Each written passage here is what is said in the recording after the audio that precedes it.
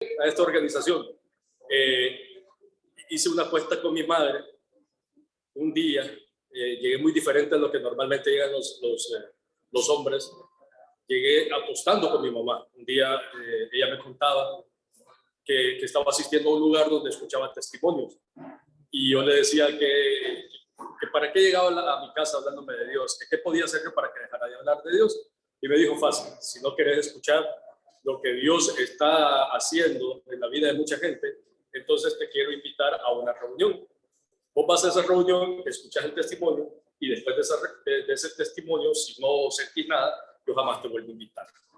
Y ahí estaba yo 1000% seguro de que iba a ir a esa reunión y de que nada iba a suceder. Déjenme decirles que yo nací aquí en Tegucigalpa en 1976. Tengo 45 años. Mi madre y mi padre son originarios de La Esperanza, Intibucá, maestros de profesión. Mi madre unos años mayor que mi papá. Mi mamá le dio clases a mi papá en el último año de la normal. Y así comenzó pues mi vida. Lastimosamente, un miércoles de Semana Santa, mi papá era un joven alcohólico, y un miércoles de Semana Santa se fue a tomar en una cantina, y cuando salió de ahí salió en estado de ebriedad y tuvo un accidente que terminó pues matándolo en su moto. Así que yo no tengo ningún recuerdo de mi padre. Lo único que sé yo de él es que las cosas que me han contado. Y muy pícara puede ser una persona, pero cuando la familia lo ama tanto, siempre me dijeron que era un buen padre, que era un buen hermano, que era un buen hijo. Y esa fue la idea pues que yo me hice. En ese tiempo estábamos viviendo en La Esperanza, Intibucá, y bueno, mi madre decide venirse nuevamente para Tegucigalpa y emprender una aventura como viuda, con un hijo. Y mi madre fue una mujer bastante forzada, valiente, empezó a trabajar bien fuerte. Yo recuerdo que pasaba muy poco tiempo con ella. Ella daba clases por la mañana en el Colegio San Francisco, en la tarde daba clases en el Higueras, en la noche en el Abelardo Fortín. Entonces pasábamos muy poco tiempo juntos, pero el poco tiempo que pasábamos juntos era un tiempo de calidad. Andábamos, todo lo que yo quería, eso me daba. Yo era el rey de la casa y estaba acostumbrado a eso. Obviamente mi madre había quedado muy joven y pues decide rehacer su vida. Empieza a salir, empieza a tener amigos. Un amigo se hizo pues el enamorado y luego se terminó casando. Yo para ese momento ya tenía 6 o 7 años y la verdad es que no recuerdo que me haya consultado ella si yo estaba de acuerdo o no con que ella se casara. Imagino que pues ella supuso que yo iba a acatar cualquiera de las determinaciones que ella tomara. Y la verdad que así fue, se casó. Pero ahí empezó una vida bastante diferente, porque yo estaba acostumbrado a que el poco tiempo que se pasáramos juntos yo era el centro de atención. Y ya compartir atenciones y compartir el cariño de mi mamá, ya a mí ya no me pareció. Eso no me gustó. Y pues empezó como un carácter rebelde. Aparte, cuando cumplo los 10 años, antes de eso, mi madre tuvo que salir de emergencia del país porque su esposo estaba casado aún y se casó 2 veces. Y como eso es delito, tuvo que salir del país porque lo andaban buscando. Fue la primera vez que me separé de mi mamá y como no me explicaron bien qué era lo que sucedía, yo lo tomé como que mi mamá me había abandonado y me había cambiado. Y empezó bastante odio y bastante resentimiento. Y cuando cumplo 10 años y él ya estaba aquí en el país, ya habían arreglado su situación legal, me dice mi madre que está embarazada. Y yo esa noticia la recibí como cuando a uno la novia le dice que ya no lo quiere y que se va con el vecino. Así sentí yo cuando mi madre me dijo que yo iba a tener un hermano. Había 10 años, fui el rey absoluto de la casa y todo eso. Entonces empezó bastante rebeldía. Aparte no me pude acostumbrar nunca a las costumbres del esposo de ella y entonces fue bastante difícil. Y aparte estaba en 2 bandos yo. Había uno que, bueno, de mi mamá que me decía, usted tiene que ser obediente con este señor, tiene que amarlo, tiene que quererlo, tiene que respetarlo. Y por otra parte estaban los papás de mi mamá, que me decían, usted no tiene por qué quererlo, usted no tiene por qué ser obediente con él. Mi abuelo me decía, yo soy su papá y yo siempre lo he visto y al único que tiene que querer es a mí. Entonces, si yo le hacía una mala cara a este hombre, mi mamá me quedaba viendo mal, me regañaba, pero si tenía alguna atención o alguna muestra de cariño hacia este varón, eh, mis abuelos se enojaban. Entonces yo si le enchutaba perdía y si no le enchutaba también. Y bueno, a los 10 años decidí no hacerle caso a nadie y me volví bastante rebelde. Vi varias cosas que no me gustaron. El segundo esposo de mi mamá era un tipo alcohólico también, igual que mi papá. Aparte de eso, le encantaban las mujeres. Era un hombre pues, de buena apariencia y le pagó muchas veces mal a mi mamá. Yo veía como mi mamá sufría, pero eso me gustaba ver a sufrir a mi mamá porque yo decía, ella no tenía necesidad de complicarse la vida.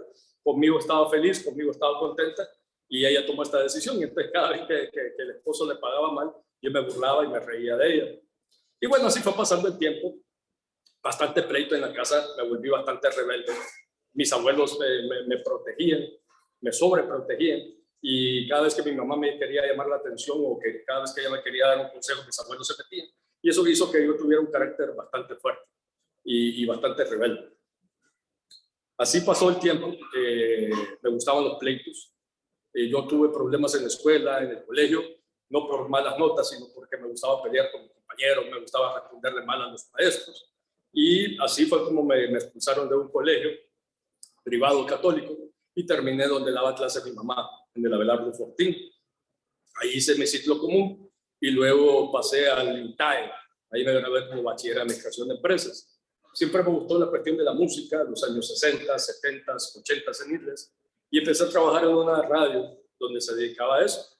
Se dedicaba a los años 60, 70, 80 en Isles de audio y video, que era Super 100 Estéreo. Luego de Super 100 estuve un año con ellos y luego pasé a Emisoras Unidas, a la 94.1. Ahí me di gusto porque era la música que me encantaba, de los años 60, 70, y ahí yo prefería estar metido ahí, era como mi refugio a estar metido en mi casa. Los pleitos que había en mi casa era que, la verdad, yo no me gustaba obedecerles. Me volví bastante rebelde. Si me decían que una pared era blanca, y porque era blanca en realidad, yo les decía que era roja, yo les decía que era azul, con tal de llevarle la contraria a ellos. Ya con mi hermano no me llevaba bien, 10 años de diferencia. Ya para ese tiempo dio 17, el 7 no teníamos nada de común, entonces me llevaba súper mal con ellos. Y una vez peleando con el esposo de mi mamá, pero no a los golpes ni a gritos, sino que alegando, mi mamá me dijo que el que tenía la razón era él, que siempre le iba a dar la razón a él, y que se puso fea el pleito, y mi mamá terminó diciendo que maldecía la hora en que me había tenido. Ahí se rompió todo vínculo con mi madre y solo la vi como una simple mujer más. Como yo prefería estar metido en la radio, se me acercó una vez uno de los jefes y me dijo, fíjate, me dice que hemos recibido 5 becas para mandar a estudiar ingeniería en sonido y técnico en audio a la Ciudad de México a 5 muchachos. Y como vemos que a vos te gusta estar metido acá, pues hemos pensado en vos. Y empezó a quererme convencer, me dijo, mira, vas a venir ganando un mejor sueldo, vas a venir ocupando un mejor puesto, vas a ver que vas a llegar a ser alguien en la empresa. Y lo único malo, me dijo, es que si tu familia no tiene los medios para poder ir a visitar allá, pues no lo vas a ver.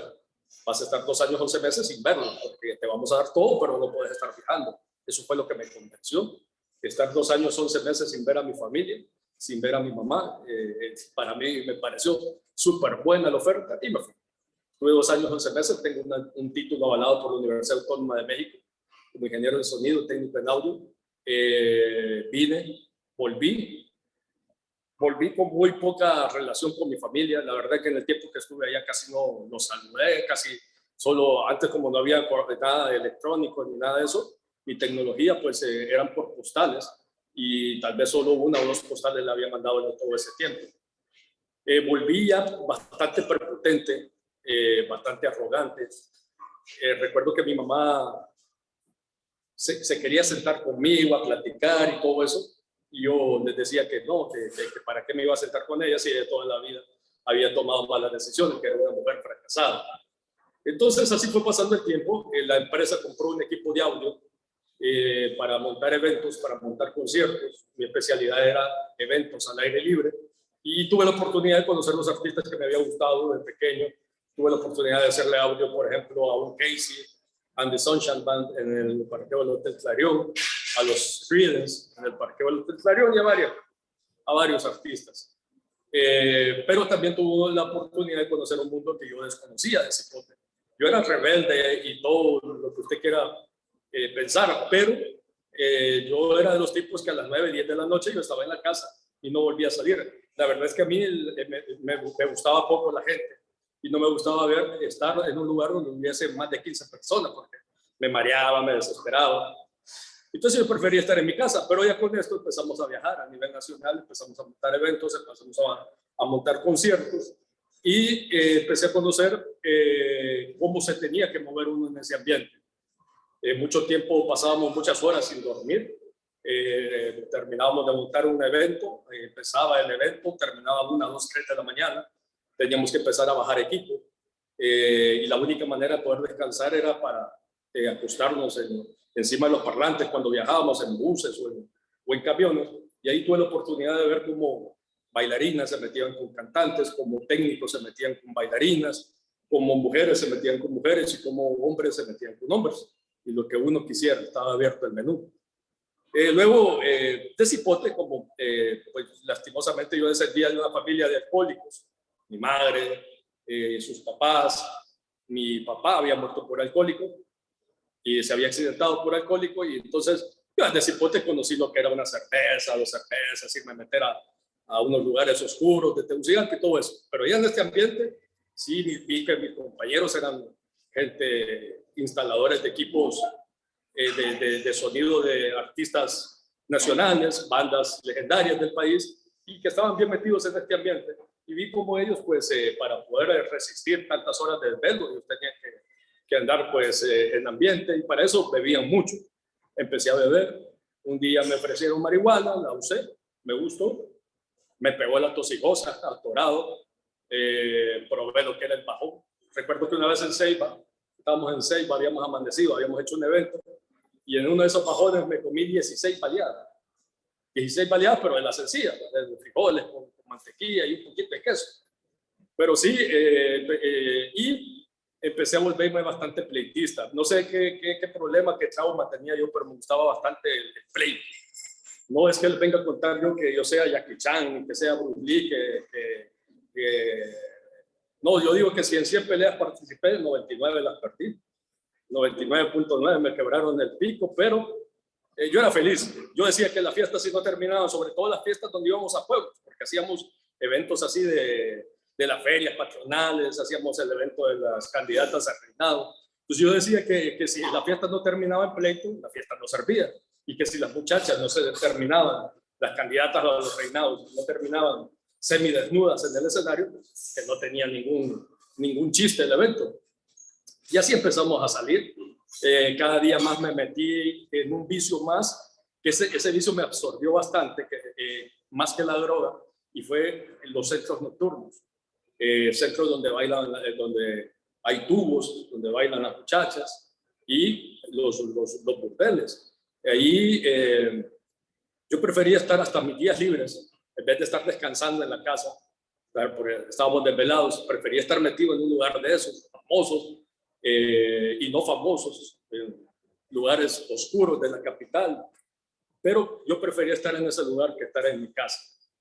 Y bueno, después de probar la marihuana, me presentaron la cocaína, nadie me forzó, nadie me puso una pistola, probé la cocaína, y ahí pues la cocaína me llevó a heroína, y me volví ya bastante descuidado. Descuidé mi apariencia, descuidé mi trabajo, descuidé mi familia. Una vez mi mamá me quiso llamar la atención y llegó hablándome fuerte y me dijo: deberías darle gracias a Dios porque tenés un buen sueldo, porque tenés un buen empleo, se te toma en cuenta. Dale gracias a Dios por lo que tenés. Eso me dio bastante cólera, porque yo recuerdo que la agarré en la mano a ella, me la llevé al closet y le dije: pero ahí no hay ninguna camisa, ningún pantalón, ni nada que diga que de Dios para Manuel. A mí Dios no me ha regalado nada, yo no tengo por qué agradecerle nada a nadie. Empecé a trabajar en un programa de televisión donde sale todos los domingos ahí el animador saltando y con modelos y todo eso, y empezamos a viajar a nivel nacional, y ahí el ego se me empezó a subir. Aparte, como les digo, me gustaban bastante los pleitos y me metí en muchos pleitos. mucho pleito al punto que una vez llegó un vecino a la casa y le dijo a mi mamá, mire, profe, debería controlar a Manuel. Ya aquí hay unos muchachos que le quieren quebrar un par de costillas. Hubo uno que le dijo, mire, aparte, sáquelo de aquí, lléveselo para otro lugar o hable con él, porque si hay un plan para que ya dice que ya no quiere más que venga acá. Mi abuelito era un hombre cafetalero, ganadero, siempre anduvo armado. Y a mí me gustaba una Pietro Beretta 380 que él tenía. Y yo siempre le decía, bueno, cuando usted ya no esté, me puede regalar la pistola. Y él me decía, sí, esta pistola va a ser suya, solo no le pida a Dios que me muera luego, pero sí va a ser suya. Y al final, cuando murió, me la dejó. Y mire, dele a un tipo pleitista, a un tipo irascible, dele a un tipo drogadicto, a lo peor que usted se puede imaginar, dele una pistola. Yo llegaba a altas horas de la noche simplemente por hacer mal, a dispararle a los muros para despertar a los vecinos, a dispararle al gato si se movía, a los gatos callejeros y cosas así. Y bueno, así pasó el tiempo, hasta que 12 años después me llamaron de la empresa, el jefe, el mismo hombre que me había dicho, usted va a llegar a ser alguien, va a venir ocupando un buen puesto, ya va a ver que va a salir adelante. Me llamó y me dijo, mire, venga, ya no lo puedo tener más acá. Realmente usted se ha convertido en algo insoportable, se ha peleado con todo el mundo. Nos hemos dado cuenta que usted ha falsificado mi firma, que ha falsificado firmas, que ha falsificado facturas, que alquila el equipo. El equipo sale, yo lo he visto, que pasa ahí el equipo cargado, no sé si van o vienen de alguna fiesta, y usted ni siquiera me da un porcentaje por usar mi equipo. Y eso era cierto, montábamos eventos, montábamos conciertos los domingos en la tarde sobre todo, y lo hacíamos a cuenta propia, pues como si el equipo fuera de nosotros, porque ese equipo se podía dividir en varios. Cuando no montábamos el equipo grande, salíamos 5 discos perfectamente, y yo era el encargado de la instalación y desinstalación de cada uno de los equipos. No es que yo era DJ y animador, sino que yo estaba en el plano operativo, darle mantenimiento al equipo, y logístico de la empresa. Y entonces, bueno, yo fui tan descarado que yo, sabiendo los errores que había cometido y que yo tenía culpa de lo que ellos me estaban diciendo y que todo lo que me estaban diciendo era cierto, le dije, bueno, pero hagamos un cálculo, ¿cuánto me va a dar? Vamos al Ministerio de Trabajo y todo eso. No, si me dice, si ya lo hicimos, todas las de ley. Y mira, me dijo, tenía en la pizarra él 2 cantidades. Me dice, esta es la que vos te me debes y esta es la que yo te debo. Y adivinen ustedes cuál era la cifra más alta, la que yo debía. El equipo que se había perdido, el equipo que se había arruinado, el equipo que habíamos empeñado en facturas falsificadas y cosas así. Y me dijo, mira, la verdad es que andate, creo que me dio como unos 500 o 600 pesos en aquel entonces, y me dijo para que te ajuste para la semana por mientras conseguís chamba. Y me fui. Recuerdo que yo salí de esa empresa como el peor delincuente que haya pasado, porque yo no recuerdo que hayan sacado a nadie agarrado fuertemente de los brazos y casi me tiraron en la entrada de la empresa. El jefe de seguridad es miembro de esta organización, el jefe de seguridad de Televicentro, presidente de un capítulo, y él puede dar fe de cómo él me sacó y me dijo, mira, la orden que nosotros tenemos es que te peguemos un buen calentón, pero yo creo que ya estaba en esta organización y como que le di lástima. Me dijo, no lo vamos a hacer, pero sí te voy a pedir a no verte cerca. Y bueno, eso, como había tanta prepotencia, no me preocupó. Dije, estos no saben lo que se están perdiendo. Me fui a la competencia. Recuerdo que fui a una radio primero y le toqué la puerta y le dije, aquí vengo. ¿Se acuerdan que usted en aquel evento me dijo que si alguna vez yo salía de allá, usted me iba a dar empleo? Sí, es cierto que te lo dijimos. Y mira, sos bueno en lo que haces, conoces lo que haces, te gusta lo que haces, pero ya nos dimos cuenta por qué saliste de allá y mejor no, gracias. Y después me fui a una televisora y me dijeron exactamente igual. Te gusta lo que haces, sos bueno en lo que haces, pero no, gracias. Y mire que agarré mala fama. Empecé en mi casa pues a gastarme porque mi vida no paró, a meterme a centro nocturno, pues, gastarme lo poquito que tenía. Y cuando ya no tuve nada en efectivo que gastar, agarré mis camisitas, agarré mis pantalones, agarré mis zapatos, mi reloj. Y cuando ya no tuve nada mío que gastar, empecé a agarrar el DVD, el VH de la casa, el microondas, que yo decía que se le había arruinado y la verdad que estaba bueno para irle a empeñar, y así se perdía. Una vez con tanto desvelo, con tanto uso de droga, de alcohol, marihuana, cocaína, heroína, caí desmayado. Me llevaron de emergencia al hospital de escuela y adivinen quién me acompañó, mi mamá, y ya no habían amigos que estuvieran conmigo. Cuando llegué al hospital de escuela me empezaron a hacer un montón de exámenes. Había muchos golpes también de tanto pleito. No sé por qué. Será que yo no me defendía la cabeza, pero siempre me pegaban en medio de los ojos y me desmayaban. O siempre me pegaban en el ojo y andaba siempre morado. El tabique nasal lo tengo quebrado y lo tengo desviado y por eso padezco de una rinitis, pues solo Dios sabe cuándo me lo va a sanar. Y bueno, me llevaron, ese día le dijeron a mi mamá, mire, le hicimos exámenes, el corazón no es porque le hicimos un electrocardiograma y su corazón está bien, su cabeza tampoco es porque le hicimos un encefalograma y él responde a todas las frecuencias ahí de energía y todo eso, de corriente. Lo que sí es que no sé si es que él era guachimán, le dijeron a mi mamá, porque parece que se ha desvelado bastante. Entonces mi mamá le explicó y le dice, sí, le dice, es eso porque su sistema nervioso como que ha colapsado. Aquí no se lo podemos atender, pero sí se lo podemos remitir al Hospital Mario Mendoza. Y fíjense que cuando pasábamos, ahí pasábamos mucho tiempo, porque ahí siempre ha habido un semáforo enfrente de ella. Y entonces cuando parábamos ahí con mis compañeros, yo les decía, miren, si seguimos en esta locura, ahí vamos a venir a terminar. Y ahí terminé yo en el Mario Mendoza. Me dieron antidepresivos, sedantes, ansiolíticos, porque empecé a sufrir de ataques de ansiedad.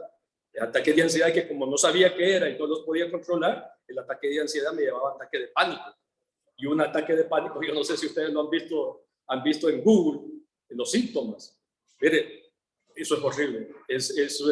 Son como 10 o 15 síntomas en un ataque de pánico que inicia con mucho miedo, miedo inexplicable. Luego ese miedo hace que su cuerpo empiece a responder y se ponga alerta. Entonces el corazón se le empieza a acelerar y empieza a taquicardia. Luego empieza una sudoración helada. De ahí viene el entumecimiento de los brazos, de las piernas, empieza a sentir hormigueo en las manos, en las piernas, empieza a sentir asfixia, como que se está ahogando y su cabeza empieza a decirle que usted está muriéndose, que su cerebro empieza a mentirle y que a decirle que usted está listo para morir. Y empecé con esos ataques de ansiedad, ataques de pánico. La única que me respaldó era mi madre y que para ese tiempo éramos enemigos. Pues era mi enemiga declarada, porque yo decía que todo lo malo que me pasaba era por culpa de ella, por las malas decisiones que ella había tomado. Y entonces empecé a ocupar medicamentos fuertes que me tenía que poner debajo de la lengua para poder dormir, para poder descansar y pasaba sedado. Y como les digo, para ese tiempo ya había descuidado mi imagen, andaba un pelo largo, un sabarito, una barba más larga que esto, sin forma, sin color. Y mi mamá sufría bastante. Ya para ese tiempo, el segundo esposo de mi mamá murió. La diabetes con el alcohol, pues terminaron haciendo estragos en su cuerpo. Sufría mucho. La verdad es que imagínense, viuda por segunda vez, el hijo mayor teniendo que ir de emergencia cada rato al hospital.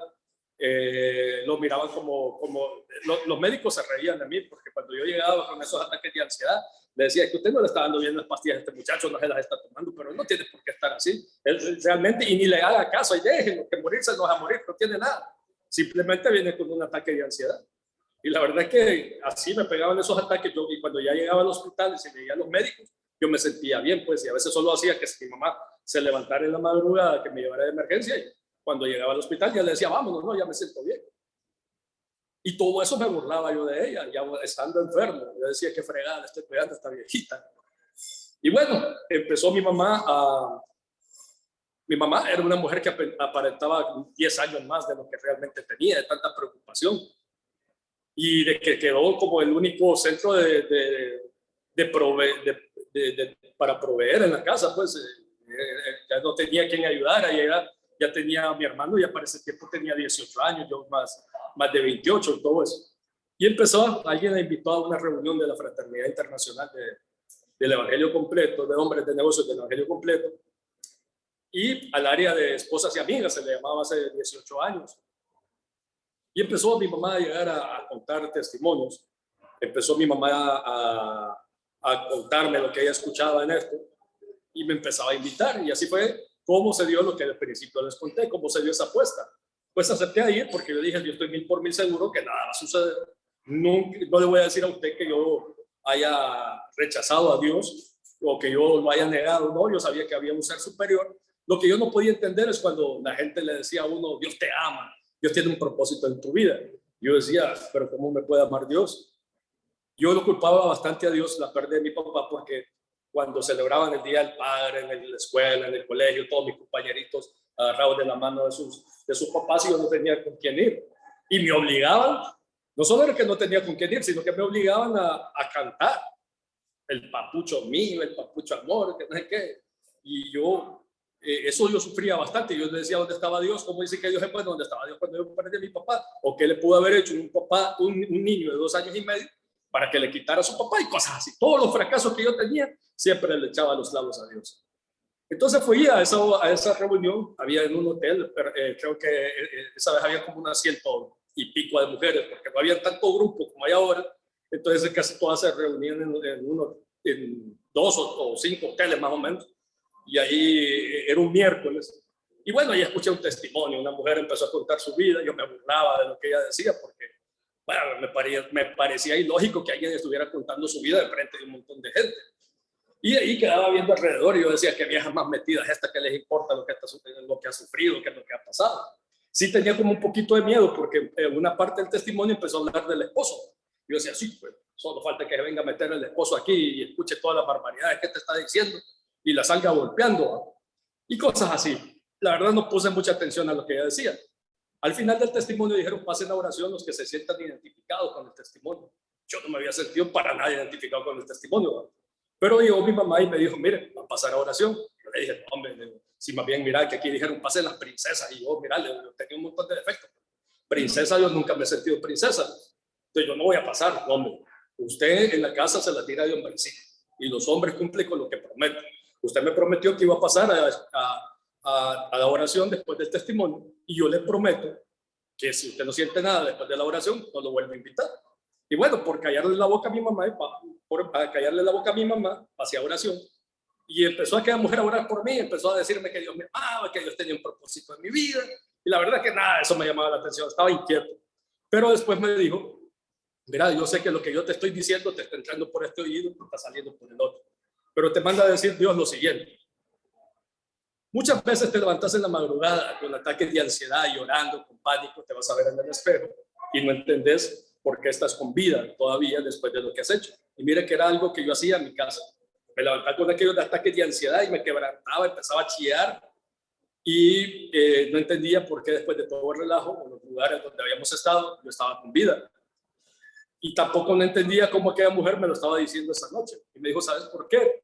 Porque en las cosas buenas y malas que vos has hecho, Dios siempre ha estado contigo, no te ha abandonado. Es más, me dijo, en tus momentos más oscuros, cuando te sentías solo, Él estaba con vos. Eso me dio bastante pena porque que me dijeran que aquel ser superior había estado conmigo en mis momentos más oscuros, significaba que estaba conmigo cuando yo me estaba drogando, cuando estaba robando, cuando estaba metido en centros nocturnos y todo eso. Entonces sí me dio pena. También me dijo, tu familia piensa o te ha dicho que no vales ni un 5. Y eso era cierto. A mí me habían dejado invitar a cumpleaños, a bodas en mi familia para no verme, para que yo no fuera a hacer relajo. Y me dijo, bueno, Dios ya dio ese 5, Él ya lo pagó por ti. Es más, dio su vida por tus angustias, por tus fracasos, por tus temores, por tus adicciones. Y así que Dios tiene un propósito en tu vida. Yo no le voy a decir a usted que yo caí al suelo, que empecé a revolcarme, ni nada de eso, tampoco que pegué en el techo, porque se me dio vuelta la cabeza, ni nada de eso. Tampoco me levanté a pedirle perdón a mi mamá, nada de eso, ni abrazarla, ni decirle que la hagamos. Eran unas palabras bastante difíciles que me costaba mucho decírselas a mi mamá. Además, yo nunca la abrazaba, sino que si la iba a saludar, pues solo le tocaba el hombro, así como, ¿cómo estás? Y todo eso. Y me fui para la casa. Eso sí, que iba meditando en lo que había sucedido esa noche. Me dormí bastante temprano. No recuerdo si me tomé las pastillas o no me tomé las pastillas. Lo que sí recuerdo es que una semana después le pregunté en la mañana del miércoles que si iba a ir, que si iba a volver. Me dijo que querés ir. Mira, yo no es que quiera ir, ni que me haya gustado la reunión, pero me gustaría escuchar un testimonio más para ver si qué tanta mentira habla esta señora, a ver si es cierto lo que él dice. Entonces, y la verdad es que pues yo ya estaba tocadito y empecé a ir. Empecé a ir a un lugar donde solo iban mujeres y estuve 2 meses escuchando un testimonio solo de mujeres. Hasta que un día llegó un hombre, me tocó el hombro y me dijo, mira, ya te diste cuenta que aquí solo hay mujeres, pues te quiero invitar a que vayas a un lugar de hombres y el capítulo es el capítulo Boulevard Juan Pablo II, que es mi capítulo. Y fui porque yo dije, bueno, si las mujeres cuentan estas historias, ¿qué no han de contar los hombres? Esos manes han de ser saltatapias, robagallinas, violaviejitas, sicarios. Voy a escuchar buenas historias ahí, y por una historia, porque fui yo. Pero como los propósitos de Dios no son los propósitos de nosotros, los caminos de Dios no son los caminos de nosotros, y los pensamientos del tampoco, me tenía algo bien diferente en esa reunión. Y es que el primer testimonio que yo escuché era el fundador de ese capítulo, era el presidente de ese capítulo, y es el hijo mayor del presidente de tu organización. Ese brother conoció a Dios a los 14 años, nunca bebió, nunca fumó, y con la primera novia que anduvo, pues esa se casó. Yo dije, no, hombre, ¿cómo es posible que hayan traído a este man? Esto no tiene nada que contarme. Mejor me quedo con la mujer. Las mujeres sí cuentan buenas historias. Entonces, al final de la reunión, se me acercó un hombre y me dijo, hey, ¿te gustó? La verdad, no. ¿Por qué no te gustó peludo? Andaba el pelo largo y agarrado como cola de caballo. ¿Por qué no te gustó peludo? Me dice, la verdad es que mira, le digo, yo no creo que este man haya sido, este man, si es así de perfecto, no necesita de Dios. Ahí me di cuenta de algo, que hasta las personas buenas, claro que necesitan de Dios y que se encomiendan a Dios. Y le digo yo no necesito venir a escuchar las mentiras de este brother. No, me dice, es verdad, todo lo que él contó, yo lo conozco. Pero mira, me dijo, yo no te voy a tratar de convencer. Te quiero invitar a almorzar, ¿no? ¿Puedo pasar por vos el viernes? Me dice, que vamos a ver en algún lugar y nos vamos a almorzar. Le dije, está bien, vamos. Le di mi número de teléfono, yo el viernes me llamó y le dije, bueno, ¿y a dónde vamos? No, no te preocupes, me dice, montate. Él tenía un busito Hayay viejo. Me dice, vos, tranquilo, aquí nos vamos. Y luego, pues pasó por dos hombres más y se montaron atrás. Y dije, bueno, estos han de ser, de seguro vamos a otro capítulo. Y dije, ¿será que como no me gustó el del lunes, me quiere convencer y me va a llevar a otro lugar a escuchar un testimonio? Le dijo, mira, brother, me dijo, no vamos a ir a una reunión de capítulo. Me dice, simplemente vamos a un lugar y vamos a estar un ratito ahí y después vamos a salir a almorzar a un buen restaurante. Para no hacerles larga la historia, el lugar donde me llevó fue a la cárcel de Támara. Cuando ya descubrí que íbamos para Támara, me le quise tirar del busito. Y le dije, ¿qué onda? Le digo, ¿qué pasa? Le digo, ¿por qué venimos a este lugar? Y me dice, mira, yo soy el director nacional de cárceles. Todos los viernes venimos a compartir testimonio dentro de las cárceles y les traemos unas cositas. Y bueno, como no te gustó el viernes, me dijo, no te gustó el lunes la reunión, pues hoy escucha un testimonio de esos muchachos, tal vez te gusta. Si te gusta, te quedas, y si no te gusta, no vas. La verdad es que tengo 17 años de estar en esta organización, me gustó. Visité las cárceles durante 15 años. Descuento estos 2 años de pandemia porque dejamos de ir, porque nos quitaron los permisos, porque no nos dejan entrar, por lo menos a la cárcel de aquí de Támara. Y empecé a servir. Me gustó, me di cuenta que ahí en los caminos de Dios, como les decía al principio, no hay casualidades, todo es un propósito de Él. Dios había permitido que yo viviera tantas cosas para poder llegar a ese lugar, para poder servir y sobre todo para darme cuenta que si Dios era capaz de cambiar la vida de esos hombres, ¿por qué no iba a cambiar mi vida? Y bueno, empezamos a servir, empecé a ir al capítulo. Cada vez que había una elección para elegir la junta directiva, yo me escondía. La verdad es que en la primera elección yo me quise como esconder, porque yo decía, no, estos manes, mucho compromiso, estar sirviéndole aquí a estos manos. Y uno de ellos me propuso a mí, le dice, propongo a este como secretario, dice, este peludo ya tiene como 6 meses de estar yendo conmigo a la cárcel, le dice, mira, que quiere servir. No, me le digo, está loco, que voy a quedar yo de secretario aquí. Le dice, aquel man siempre, él es el bueno ahí, pues mira, además viene con saco, con corbata. El presidente llevaba con saquito, con corbata, así como venían los hombres de aquí del capítulo, ¿no? Bien tumbaditos y todo. Entonces dije, no, ¿qué me va a hacer caso? Y mire que se van a elecciones, habíamos 21 y gané 20-1, solo yo no voté por mí. Yo dije, pues la azul. Yo dije, estos manes están locos, ¿cómo van a elegir a mí? Y mire, me dijo, usted es el nuevo secretario y aquí véngase temprano. Entonces ya sentí como que me estaban imponiendo que yo llegara temprano y yo llegaba tarde. Me decía, ay, veniste a las 6:30, yo llegaba a las 7:30. Llévate las papeletas. Yo me llevaba las papeletas y se me olvidaba. Y lo que me enojaba más es que no me llamaban la atención, nadie me decía nada. O sea, ¿trajiste las papeletas? No te preocupes, aquí un papel blanco y vamos aquí, vamos allá. Y los sobres, no te preocupes, hay que los metan ahí mismo, que le enrollen las peticiones. Y yo decía, pero tu imagen nunca se enoja. Y eso me mareaba a mí, que no me enojara. Y bueno, empecé a escuchar testimonios y hubo uno que me llamó bastante la atención. Uno que dijo, mire, Si usted le está pidiendo a Dios que lo restaure, que restaure su salud, Dios no medio le va a quitar el dolor de cabeza.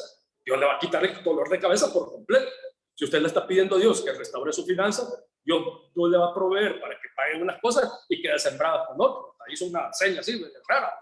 Y si usted le está pidiendo a Dios que restaure la relación con su familia, usted no va a estar bien con su papá y va a estar en pleito con su mamá.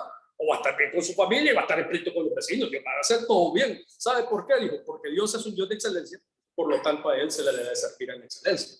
Y fíjense que eso se me metió. Dios es un Dios de excelencia, por lo tanto se le debe servir en excelencia. El lunes siguiente sí llegué temprano. Llegué 10 minutos antes de las 7. El lunes siguiente ya llegué media hora antes de las 7. Empecé a servir las papeletas, empecé a servir la cena, empecé a participar más. Me mandaron a un Sahel. No necesité ir a un segundo Sahel como para darme cuenta lo mal que yo estaba, las cosas donde yo había cometido muchos errores, en las cosas que tenía que cambiar, las cosas que tenía que mejorar. Esa vez que volví del Sahel, sí fue donde mi mamá y la abracé. No le pedí perdón porque no me salía.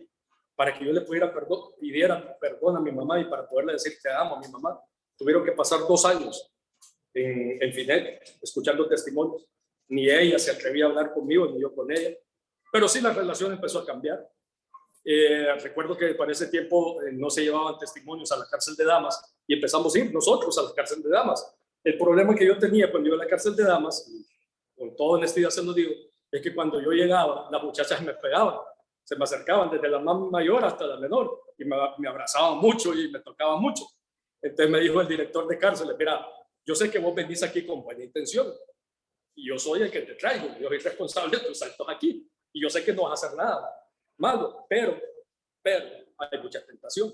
Entonces, ¿no tenés ahí alguna mujer, me dijo, alguna de las princesas en que quieran venir a servir aquí? Como vos empezaste a decir que empezaste con la edad, ¿no querés venir acá vos recomendar a alguien?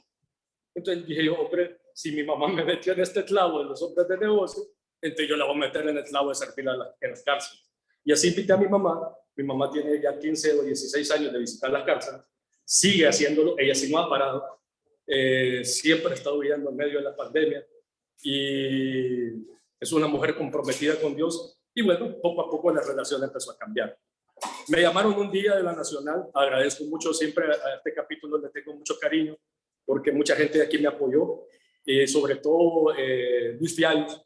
Recuerdo que él me llamó una vez y me dijo, mira, él era director zonal o subzonal, y me dijo, mira, te hemos pensado en vos como para ponerte en director regional de 2 capítulos, 3 capítulos. Y me empezó a apoyar desde que llegué a esta organización, fue como casi un mentor para mí. Luego de eso me recomendó para estar con los jóvenes, dirigir nacionalmente a los jóvenes. Estuve 5 años con ellos. Aquí tuve la oportunidad en jóvenes de conocer a mi esposa en un Sahel de jóvenes. Estoy casado. La verdad es que ni yo mismo daba un 5 por mí al verme en lo que me había convertido. Tuve la oportunidad de pedirle a Dios en las papeletas para volver a Emisoras Unidas y volví. Le dije a Dios, yo quiero volver, quiero demostrarles que ahora soy diferente, que te tengo a ti y que pues mi vida ha cambiado. Fui a hablar con el jefe, el mismo que me había despedido. Le dije, mira, que estoy yendo a una organización llamada Fraternidad Internacional de Hombres de Negocios, del Evangelio Completo, y ahí me presentaron de un Jesús que no me ha señalado, que no me ha condenado, que no me juzgó, sino que simplemente me está dando una segunda oportunidad, y yo pues le pido que al igual que él, usted me dé una segunda oportunidad.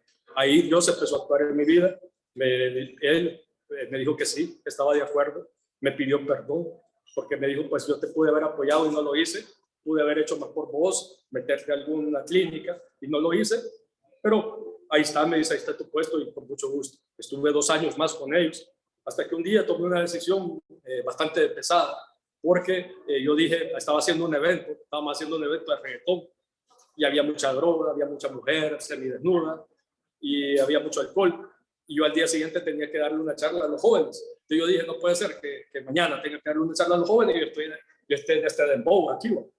Entonces ahí tomé la decisión de retirarme. Dije, los hombres de fraternidad me estaban enseñando que a Dios se le sirve con los 2 pies juntos.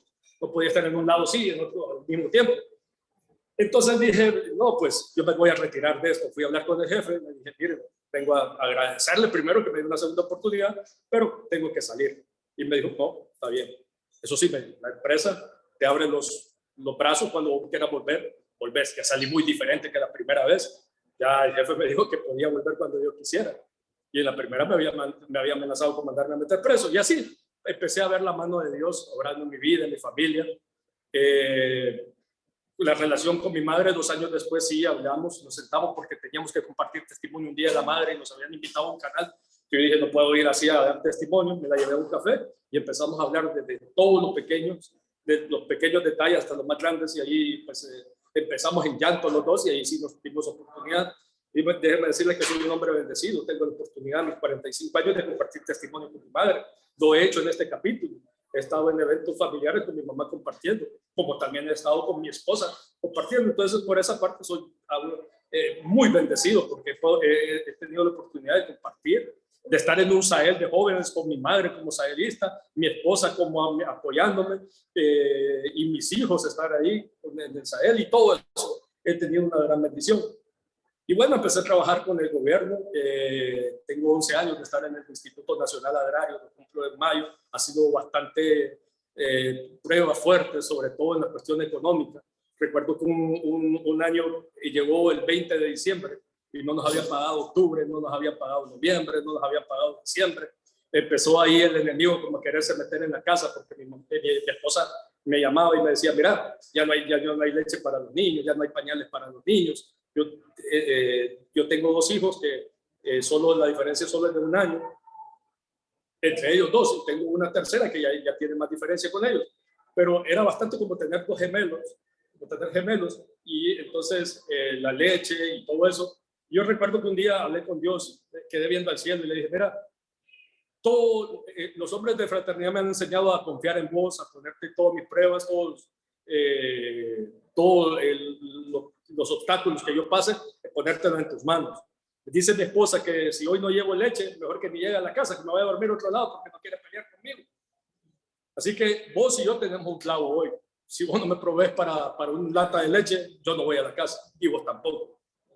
Y mire que me llamó un fraterno y me dice, oye, me dice, fíjate, me dice que ayer estaba viendo las noticias y te vi, me dice, que estabas en el Ministerio de Finanzas. Ahí te vi con unas cacerolas, me dice, que estabas gritando para que te pagaran, y ese cuánto no les pagan. Pues mira, hoy el 20 de diciembre no nos han pagado octubre, no nos han pagado noviembre, el aguinaldo es un sueño. ¿Y cómo estás haciendo? ¿Vos tenés niños pequeños? No, pues le digo yo aquí, ahorita acabo de recibir una llamada de mi esposa que me dice que si no llevo leche, que mejor no llegue a la casa. Y me dice, bueno, pucha, si tenés esclavo, me dice, y me colgó. Yo dije, este man, ¿para qué me llamó? Ni siquiera me ofreció orar por vos, ni nada de eso. Pero como a las 5 de la tarde me anda buscando un vigilante y me dice, mira, Manuel, me dice, ahí te busca. Y salgo, y eres fraterno. Y me dice, mira, yo solo colgué con vos, me dice, me quedé sin poder hablar, solo te colgué y me fui para el supermercado. Y mira, me dice, aquí te manda Dios esta lata de leche. Yo no sé si es la que ocupas, yo no sé si es la que toman tus hijos, pero aquí te lo manda Dios. Y mire que cuando yo abro la bolsa, era la lata de leche que yo ocupaba, que le compraba a mis hijos. Era la cantidad que yo ocupaba, era exactamente la edad para mis niños. Y bueno, entendí que Dios había escuchado aquel reto que yo le había dicho, si no proveía, no íbamos los dos. Entonces lo quedé viendo al cielo y le dije, pues hoy sí, vámonos para la casa. Y bueno, Dios proveyó, y así ha habido hombres que han podido ser bendición para mí y me han apoyado en estos años. Y bueno, el alcohol quedó atrás, la droga también. Puedo decirle a usted que no necesito ninguna de esas sustancias para ser feliz. Ya no necesito antidepresivos, sedantes, ansiolíticos, aunque ahorita que estuvimos encerrados, cuando yo escuchaba y veía las noticias y que mis compañeros me decían, mira, no escuches noticias, los mismos fraternos, mira que eso te va a poner mal, sentí mucho miedo, sobre todo cuando nos pedían en los chats de los capítulos, oren por tal persona que está mal, y al día siguiente llamaban y decían, ya, solo oren porque el fraterno ya murió. Y mire, ver hombres de Dios que estaban muriendo, hombres que habían sido mentores míos que estaban muriendo, me dio mucho miedo. Empecé a sentir como aquellos ataques de ansiedad que querían volver, aquellos ataques de pánico, y empecé a poner alabanzas. Recuerdo que poníamos alabanzas y cada vez que yo sentía ese miedo, ponía una alabanza y le subía el volumen, y ahí empecé a ver cómo mis hijos empezaban a alabar a Dios. Yo siempre he andado con mis hijos en capítulos, ellos escuchan mi testimonio, pero ahí empezaron ellos a alabar, empezaron ellos a orar. Ese fue un tiempo bonito como de aprendizaje para estar yo con ellos. Jamás había compartido tanto tiempo con mi familia. Muchos me hacían la broma, decían mis compañeros de trabajo, muchos decían, yo ya no aguanto, yo quiero volver a la casa, que ahora tengo que barrer, ahora tengo que trapear. Y yo me puse a barrer, a trapear, a ayudar y todo eso. Y bueno, ahora oramos en familia. Antes eso no lo hacíamos, a veces yo oraba. Y ahora oramos todos, desde el mayor que tiene 12 años, la segunda que tiene 10, mi hija pequeña de 4 años ora, que cada uno tiene una noche para orar. Le agradecemos a Dios, le pedimos que tenga misericordia, empecemos a orar por la institución de yo trabajo, por los compañeros de FINEC, por los fraternos y todo eso. Al final, cuando volvimos en el 2020, en octubre del 2020, me infecté. En diciembre se me fue el olfato. Les estaba contando aquí que eso es feo, que se le vaya el olfato a uno, es desesperante. Yo me ponía alcohol en las manos y sentía el ardor y tosía, como un efecto, ¿va? Pero no sentía nada y desesperado, iba a las lociones, no las olía. Y mire, a veces nosotros no le damos gracias a Dios por lo más pequeño, por lo más esencial, por el aire que respiramos. Y yo esa vez sí me arrodillé y le dije, Dios, yo quiero volver a sentir, volver a oler, volver a sentir el aroma de lo que tú haces. Y mire que parece mentira. Después de 4 días de estar así sin olfato, me fui al baño y fui a hacer una de mis necesidades. Y empecé a sentir el olor. Y mira, lo sentí sabroso. Empecé y respiraba. Y mire, cuando uno es solo el sano no puede apreciar qué tan preciosa es la salud. O sea, uno sale, pero no agradece poder respirar y todo eso. Y en esta organización pues le enseñan a uno. Yo sí realmente cuando olí mi mal olor, cuando empecé a sentir mi mal olor, le di gracias a Dios. Y le dije, Dios, qué importante es esto, cuánto te agradezco la vida, cuánto te agradezco la salud. Y bueno, déjeme decirle que yo tenía mucho miedo porque, como les digo, yo he padecido muchas rinitis, pero la verdad, después de los 7 días, todo bien. Y en la casa, mi esposa se había infectado antes que yo, y cuando yo me infecté, ella salió, ya tenía los ¿qué es? Los anticuerpos. El IgG ya lo tenía hasta el tope, o sea, ella no había tenido síntomas, pero ella estaba bien. Entonces, ¿cómo no estar agradecido con Dios? Ya no soy director nacional de cárceles. Este año, pues dije yo, como yo había entendido y he entendido que a Dios hay que servirle en excelencia, y yo no lo estaba haciendo así porque pues no podíamos ir una, y dos, pues estaba pasando por un proceso. Dije yo, pues no, le voy a dar la oportunidad a otra persona de que pueda servir en ese lugar. Yo hice una oración un día, una oración que me dijeron, hágala, pero hágala con todo corazón. Si usted la hace y se da cuenta que con su propia fuerza no puede cambiar, ya va a ver que Dios va a empezar a actuar en su vida. Y hice esa oración y la hice con todo mi corazón. Y después de esa oración, realmente Dios cambió mi vida, y es una oración que yo sé que ustedes lo han hecho muchas veces, pero que yo quiero que esta tarde pues la vuelvan a hacer y que sea muy especial, que la hagan con todo su corazón. Diga, gracias Dios, porque esta tarde he podido escuchar más de tu amor, de tu misericordia y de tu gran poder. Perdona, Señor, mis ofensas, mis faltas y mis pecados. Hoy, Señor Jesús, te abro mi corazón, sana, libéralo, restaura. Pongo en tus manos mi vida, mi familia, mis sueños, mis anhelos y mis proyectos. Y declaro en el nombre de Jesús que lo mejor para mi vida está por venir. Así sea. Gracias.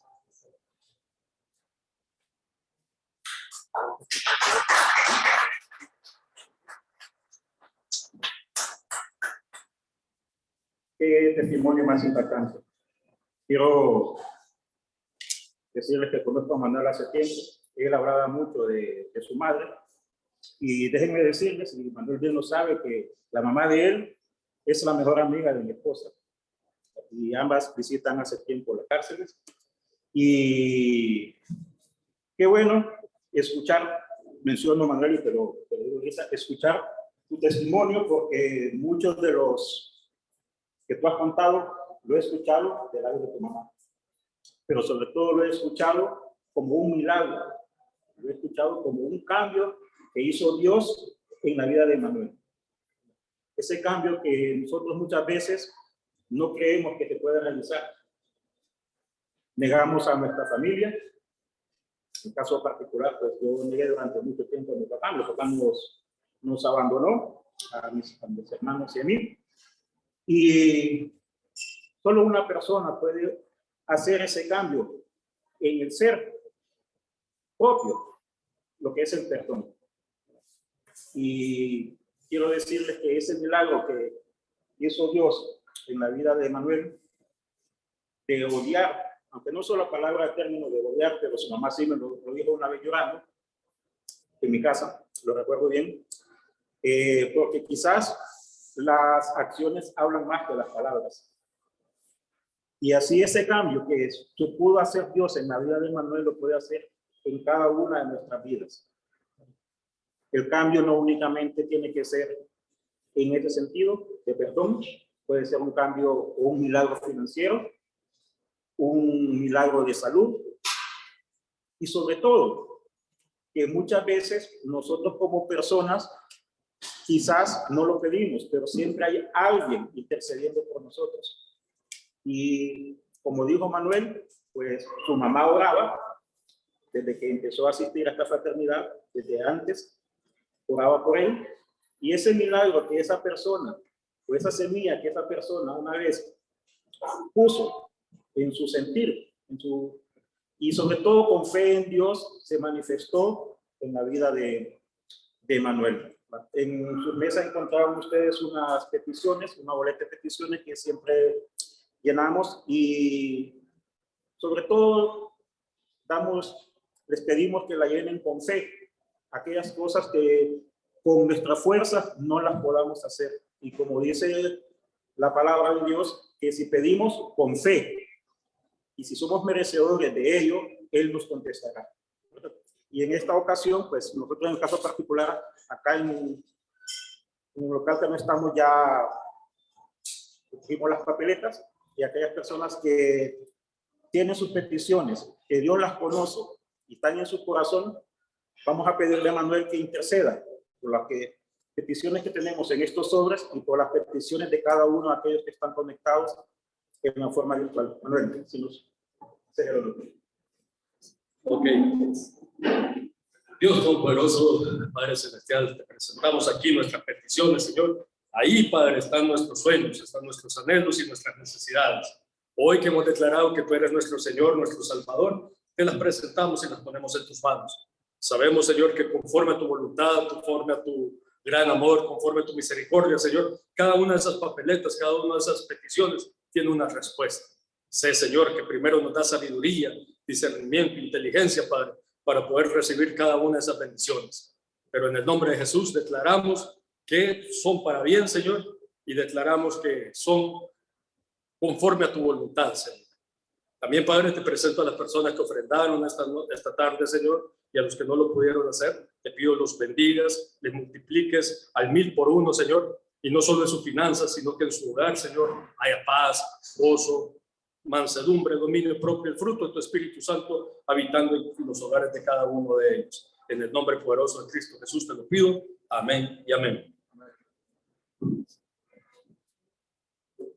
Bueno, quiero decirles que la reunión ha terminado, pero no sin antes invitarlos que nos acompañen el próximo martes.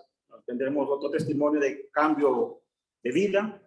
La idea de estas reuniones es que quizás nos sentamos con algún problema, con alguna necesidad, y creemos muchas veces que esa necesidad, ese problema, valga la redundancia, es único y que solo nosotros lo padecemos. Y muchas veces nos damos cuenta a través de estos testimonios de experiencias de personas, en el caso particular de hombres, porque esta es una reunión de hombres, que estos problemas otros hombres ya los vivieron. Y hubo alguien que les ayudó a salir de ellos. Y ese alguien fue Jesús. Los esperamos el próximo martes. También a aquellas personas que tuvieron a bien acompañarnos en forma virtual, pues les decimos que la reunión ha terminado y los invitamos también a ustedes para que nos acompañen el próximo martes. Feliz tarde, jóvenes.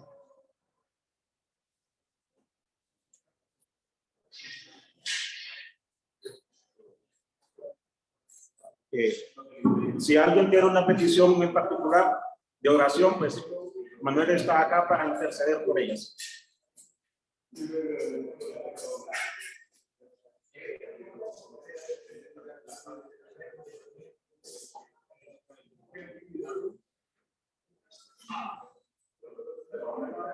Sí,